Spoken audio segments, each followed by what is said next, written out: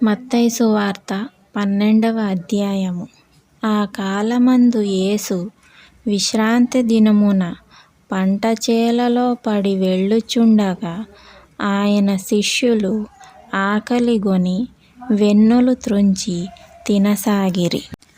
పరిసయ్యులది చూచి, ఇదిగో, విశ్రాంతి దినమున చేయకూడనిది నీ శిష్యులు చేయుచున్నారని ఆయనతో చెప్పగా, ఆయన వారితో ఇట్లనెను, తానును తనతో కూడా నున్నవారును ఆకలిగొనియుండగా దావీదు చేసిన దాని గూర్చి మీరు చదవలేదా?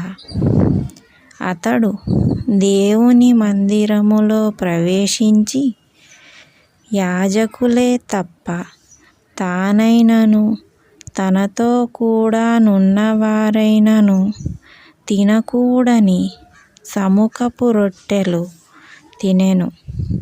మరియు యాజకులు విశ్రాంతి దినమున దేవాలయములో విశ్రాంతి దినమును ఉల్లంఘించియు నిర్దోషులై యున్నారని మీరు ధర్మశాస్త్రమందు చదవలేదా?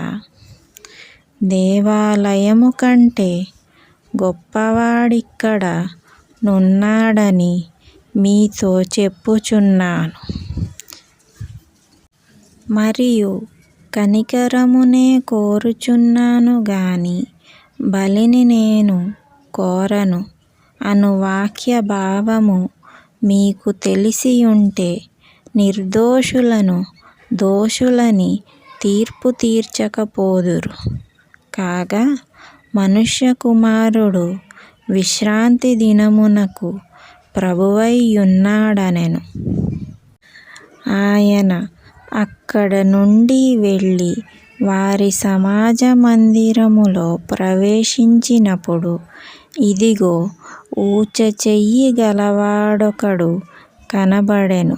వారాయన మీద నేరము మోపవలెనని, విశ్రాంతి దినమున స్వస్థపరచుట న్యాయమా అని ఆయనను అడిగిరి. అందుకాయన, మీలో ఏ మనుష్యునికైనను నొక గొర్రెయుండి అది విశ్రాంతి దినమున గుంటలో పడిన ఎడల దాని పట్టుకొని పైకి తీయడా? గొర్రె కంటే మనుష్యుడెంతో శ్రేష్ఠుడు. కాబట్టి విశ్రాంతి దినమున మేలు చేయుట ధర్మమే అని చెప్పి ఆ మనుష్యునితో, నీ చెయ్యి చాపుమనెను. వాడు చెయ్యి చాపగా రెండవ దానివలె అది బాగుపడెను. అంతట పరిసయ్యులు వెలుపలికి పోయి ఆయనను ఏలాగు సంహరింతుమా అని ఆయనకు విరోధముగా ఆలోచన చేసిరి. యేసు ఆ సంగతి తెలిసికొని అచ్చటి నుండి వెళ్ళిపోయెను. బహుజనులాయనను వెంబడింపగా ఆయన వారినందరినీ స్వస్థపరచి తన్ను ప్రసిద్ధి చేయవద్దని వారికి ఆజ్ఞాపించెను. ప్రవక్తయైన యెషయా ద్వారా చెప్పినది నెరవేరునట్లు అలాగు జరిగెను. అదేమనగా, ఇదిగో, ఈయన నా సేవకుడు, ఈయనను నేను ఏర్పరచుకొంటిని. ఈయన నా ప్రాణమున కిష్టుడైన నా ప్రియుడు. ఈయన మీద నా ఆత్మ నుంచెదను. ఈయన అన్యజనులకు న్యాయవిధిని ప్రచురము చేయును. ఈయన జగడమాడడు, కేకలు వేయడు వీధులలో, ఈయన శబ్దమెవనికిని వినబడదు.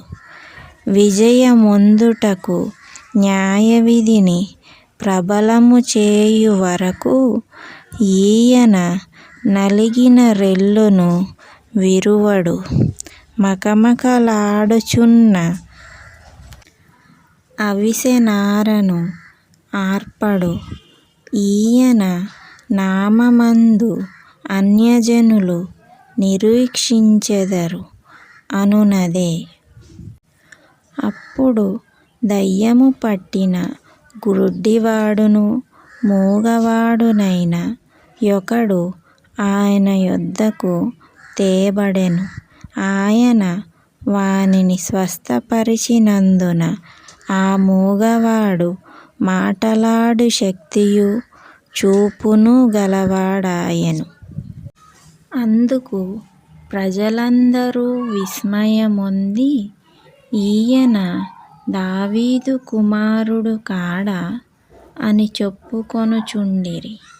పరిసయ్యులు ఆ మాట విని, వీడు దయ్యములకు అధిపతియైన బయల్జెబూలు వలననే దయ్యములను వెళ్ళగొట్టుచున్నాడు గాని మరియొకని వలన కాదనిరి. ఆయన వారి తలంపులనెరిగి వారితో ఇట్లనెను, తనకు తానే విరోధముగా వేరుపడిన ప్రతి రాజ్యము పాడైపోవును. తనకు తానే విరోధముగా వేరుపడిన ఏ పట్టణమైనను ఏ ఇల్లైనను నిలువదు. సాతాను సాతానును వెళ్ళగొట్టిన ఎడల తనకు తానే విరోధముగా వేరుపడును. అట్లయితే వాని రాజ్యమేలాగు నిలుచును? నేను బయల్జెబూలు వలన దయ్యములను వెళ్ళగొట్టుచున్న ఎడల మీ కుమారులు ఎవరి వలన వాటిని వెళ్ళగొట్టుచున్నారు? కాబట్టి వారే మీకు తీర్పరులై యుందురు. దేవుని ఆత్మ వలన నేను దయ్యములను వెళ్ళగొట్టుచున్న ఎడల నిశ్చయముగా దేవుని రాజ్యము మీ యొద్దకు వచ్చియున్నది. ఒకడు మొదట బలవంతుని బంధింపని ఎడల ఏలాగు ఆ బలవంతుని ఇంటిలో చొచ్చి అతని సామగ్రి దోచుకొనగలడు? అట్లు బంధించిన ఎడల వాని ఇల్లు దోచుకొనును. నా పక్షమున నుండని వాడు నాకు విరోధి, నాతో కలిసి సమకూర్చని వాడు చెదరగొట్టువాడు. కాబట్టి నేను మీతో చెప్పునదేమనగా, మనుష్యులు చేయు ప్రతి పాపమును దూషణయు వారికి క్షమింపబడును గాని ఆత్మ విషయమైన దూషణకు పాపక్షమాపణ లేదు. మనుష్య కుమారునికి విరోధముగా మాటలాడు వానికి పాపక్షమాపణ కలదు గాని పరిశుద్ధాత్మకు విరోధముగా మాటలాడు వానికి ఈ యుగమందైనను రాబోవు యుగమందైనను పాపక్షమాపణ లేదు. చెట్టు మంచిదని ఎంచి దాని పండును మంచిదే అని ఎంచుడి, లేదా చెట్టు చెడ్డదని ఎంచి దాని పండును చెడ్డదే అని ఎంచుడి. చెట్టు దాని పండు వలన తెలియబడును. సర్పసంతానమా, మీరు చెడ్డవారై యుండి ఏలాగు మంచి మాటలు పలుకగలరు? హృదయమందు నిండియుండు దానిని బట్టి నోరు మాటలాడును గదా. సజ్జనుడు తన మంచి ధననిధిలో నుండి సద్విషయములను తెచ్చును.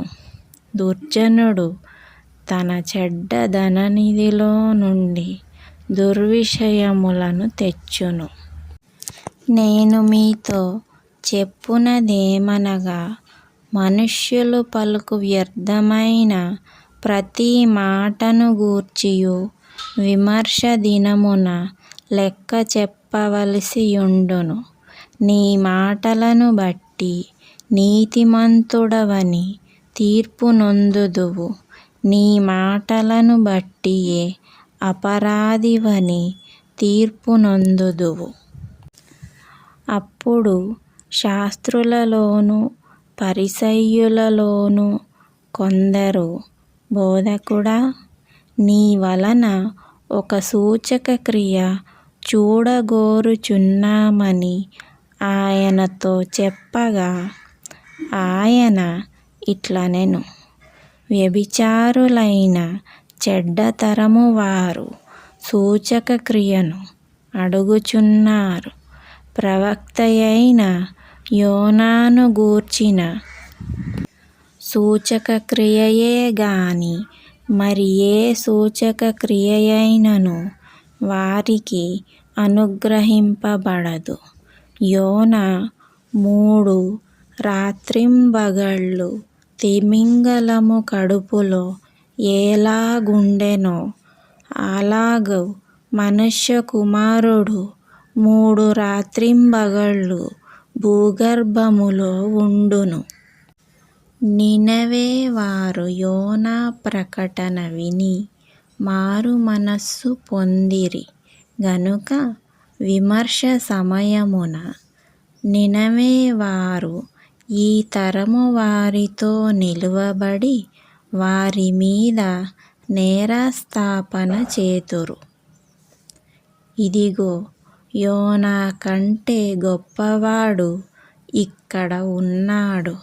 విమర్శ సమయమున దక్షిణ దేశపు రాణి ఈ తరము వారితో నిలువబడి వారి మీద నేరస్థాపన చేయును. ఆమె సొలొమోను జ్ఞానము వినుటకు భూమ్యాంతరముల నుండి వచ్చెను.